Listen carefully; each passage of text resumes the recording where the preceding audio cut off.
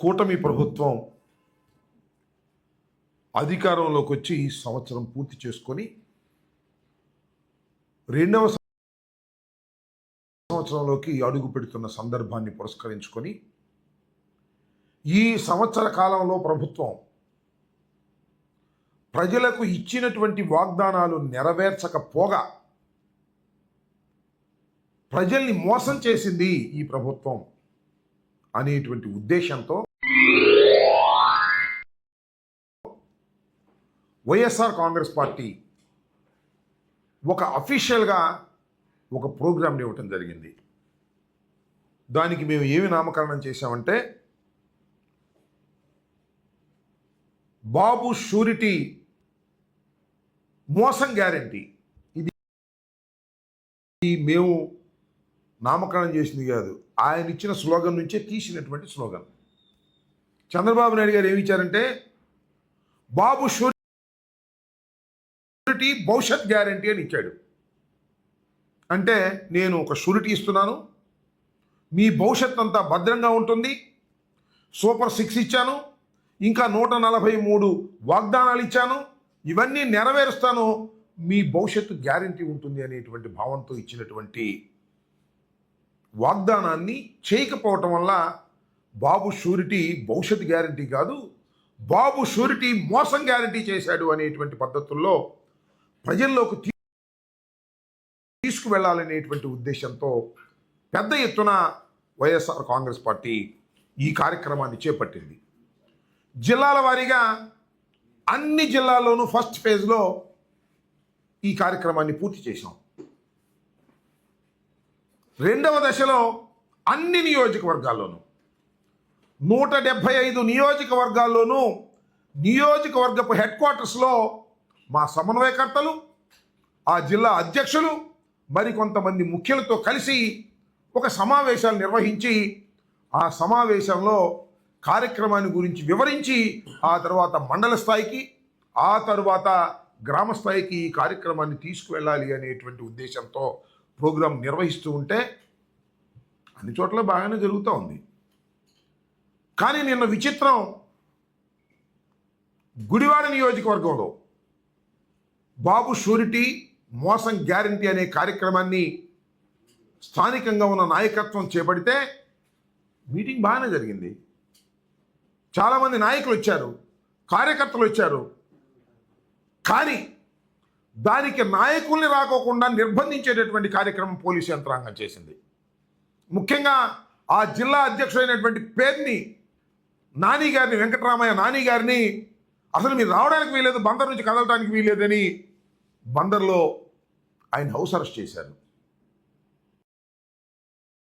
చిత్రమైన విషయం ఏంటంటే కృష్ణా జిల్లా పరిషత్ చైర్పర్సన్ అయినటువంటి ఉప్పల హారిక గారు, ఆమె ఈ మీటింగ్కి వస్తూ ఉంటే, గుడివాడలో జరిగే మీటింగ్కి వస్తూ ఉంటే ఆమె మీద దాడి చేశారు. కారు అద్దాలు పగలగొట్టారు, 1.5 సేపు నిర్బంధించారు. ఇంత దారుణమైన అంశం ఇది. మనం ప్రజాస్వామ్య దేశంలో ఉన్నామా లేక ఆటవిక సమాజంలో ఉన్నామా ఒకసారి ఆలోచించాలని మనం చేస్తున్నాం.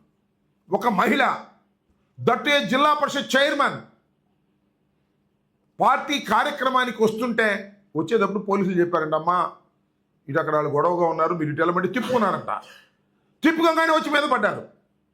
పెద్ద పెద్ద రాళ్ళు, కర్రలు ఉపయోగించి కారుని ఇష్టం వచ్చినట్టుగా కొట్టి అద్దాలు పగలగొట్టారు.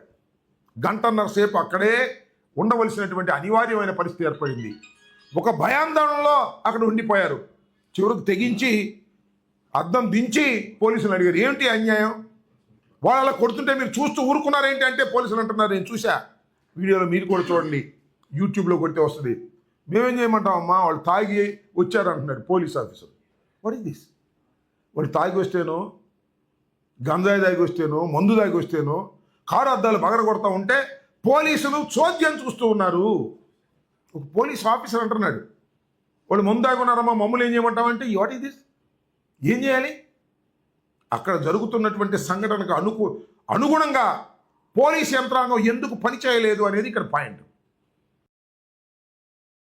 వాళ్ళ మీద లాఠీచార్జ్ చేయొద్దండి, వాళ్ళని అరెస్ట్ చేయొద్దండి, వీళ్ళకి రక్షణ కల్పించొద్దండి, వీళ్ళు వైఎస్ఆర్ కాంగ్రెస్ పార్టీ అయినంత మాత్రాన, వాళ్ళు తెలుగుదేశం పార్టీ అయినంత మాత్రాన వారు తెలుగుదేశం జెండాలు పుచ్చుకొని ఫుల్గా తాగి గంజాయి కొట్టి వచ్చి ఈ ఉప్పల హారిక గారి మీద పడి ఆ కారుని ధ్వంసం చేస్తూ ఉంటే ఆమె భర్త వస్తుంటే ధ్వంసం చేస్తుంటే సోద్యం చూసేటటువంటి పరిస్థితుల్లో ఇవాళ పోలీసు యంత్రాంగం ఉంది ఒక మహిళ మీద. మరి పోలీసు హోంమంత్రి గారు కూడా మహిళే. ఏమ్మా హోంమంత్రి గారు, అనిత గారు, దీనికి సమాధానం చెప్పండి. ఒక జిల్లా పరిషత్ చైర్మన్, మీలాగా ఎన్నిక కాబడినటువంటి మహిళ, అందులోనూ ఒక బ్యాక్వర్డ్ కమ్యూనిటీకి చెందినటువంటి మహిళ మీద అతి దారుణంగా దాడి చేస్తూ ఉంటే పోలీస్ యంత్రాంగం కళ్ళు మూసుకొని నుంచునుంటే ఏం చేయాలి? ఏంటి మీ ఇన్స్ట్రక్షన్స్ ఏంటి? మీ లా అండ్ ఆర్డర్ ఏంటి? మీ లా అండ్ ఆర్డర్ ఏ విధంగా కాపాడతారని అడుగుతా ఉన్నా. ఇంత దారుణంగా వ్యవహరిస్తూ ఉన్నారు ఇవాళ పోలీస్ యంత్రాంగం. సంవత్సరం అయింది, దాడుల మీద దాడులు, ఇంకా దాడులు ఆగల. ఎక్కడ ఏదైనా మా కార్యక్రమం జరుగుతుంటే దాన్ని చిన్నాభిన్నం చేయాలనేటువంటి ప్రయత్నం చేస్తున్నారు. ప్రజల్లో నిరసన వస్తుంటే ఆ నిరసనని అణిచివేయాలని ప్రయత్నం చేస్తున్నారు. ఎవరు అణిచివేయాలని? పోలీస్ యంత్రాంగాన్ని అడ్డం పెట్టుకొని, ఖాకీలను అడ్డం పెట్టుకొని, లాఠీలను అడ్డం పెట్టుకొని మీరు అణిచివేయాలని ప్రయత్నం చేస్తే ఇది ప్రజాస్వామ్యంలో తగునా అని అడుగుతా ఉన్నా. ఇవాళ మళ్ళా పెడల్లో ఉంది కృష్ణా జిల్లాలో, సేమ్ బాబు షూరిటీ మోసం గ్యారంటీ కార్యక్రమం పెడల్లో జరుగుతూ ఉంది. పెడల్లో ఇవాళ బహుశా సాయంత్రం 5 గంటలకో 4 గంటలకో. దానికి పేరు నాని గారు వెళ్ళడానికి వెళ్ళేదంట, జిల్లా ప్రెసిడెంట్. పోలీసులు వచ్చి కూర్చున్నారు ఇందాక, ఆయన ఇంటి చుట్టూరా. సరే ఆయన ధైర్యం చేసి వెళ్ళాడు, అది వేరే అంశం. ఏమిటి అన్యాయం? మేము మా పార్టీ యాక్టివిటీసు, మా పార్టీ కేంద్ర కార్యాలయం ఇచ్చినటువంటి పిలుపుల్ని మేము ఆచరించకూడదా? పొలిటికల్ యాక్టివిటీ మేము చేయకూడదా ఈ రాష్ట్రంలో? నాన్నగారు వెళ్ళడానికి వెళ్ళలేదు, క్యాన్సిల్ చేసుకోండి మీటింగ్ అంటే ప్రజాస్వామ్యం తగునా అని అడుగుతా ఉన్నా. ఒక కళ్యాణ మండపంలో జరిగేటటువంటి కార్యక్రమానికి మీరు ఇంటి చుట్టూరా వచ్చి వెళ్ళకోకుండా నిర్బంధించాలనేటువంటి ప్రయత్నం మీరు చేస్తూ ఉన్నారు. ఇది ప్రజాస్వామ్యంలో సరైనటువంటి విధానం కాదు అని ఈ సందర్భంగా నేను చెప్పదలుచుకున్నాను.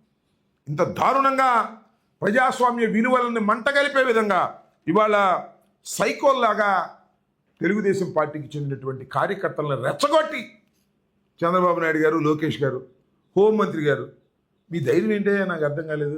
పోలీసులు అందరూ మీ చుట్టూ ఉన్నారనేగా. పోలీసులు దగ్గరుండి దాడి జరిపిస్తున్నారే. దాడి జరుగుతున్నప్పుడు పోలీసులు దగ్గరుండి చేతలుడిగి ఉన్నారు అంటే దాని అర్థం ఏంటి? పోలీసులు దగ్గరుండి దాడి జరిపిస్తున్నట్టు కాదా లెక్క నేను అడుగుతా ఉన్నా. ఏమిటి అన్యాయం అని అడుగుతా ఉన్నా. దీనికి సమాధానం చెప్పవలసినటువంటి బాధ్యత ఈ హోంమంత్రి గారికి లేదా అని అడుగుతా ఉన్నా. ఇక్కడే కాదు, ఎక్కడ చూసినా దాడులే.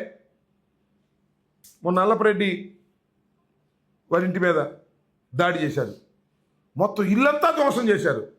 కేసు పెట్టారంటే కేసు పెట్టలా. నేను డిమాండ్ చేస్తా ఉన్నా, ఈ ఉప్పల హారిక గారి కారు మీద దాడి చేసి కారు అద్దాలు పగలగొట్టి వారిని గాయపరచడానికి ప్రయత్నం చేసినటువంటి దుండగుల మీద మీరు కేసు పెట్టారా అని అడుగుతా ఉన్నా. కేసు పెట్టి తక్షణమే అరెస్ట్ చేసి మీ రిమాండ్కి పంపించవలసినటువంటి బాధ్యత మీకుంది, కానీ మీరు పంపరు.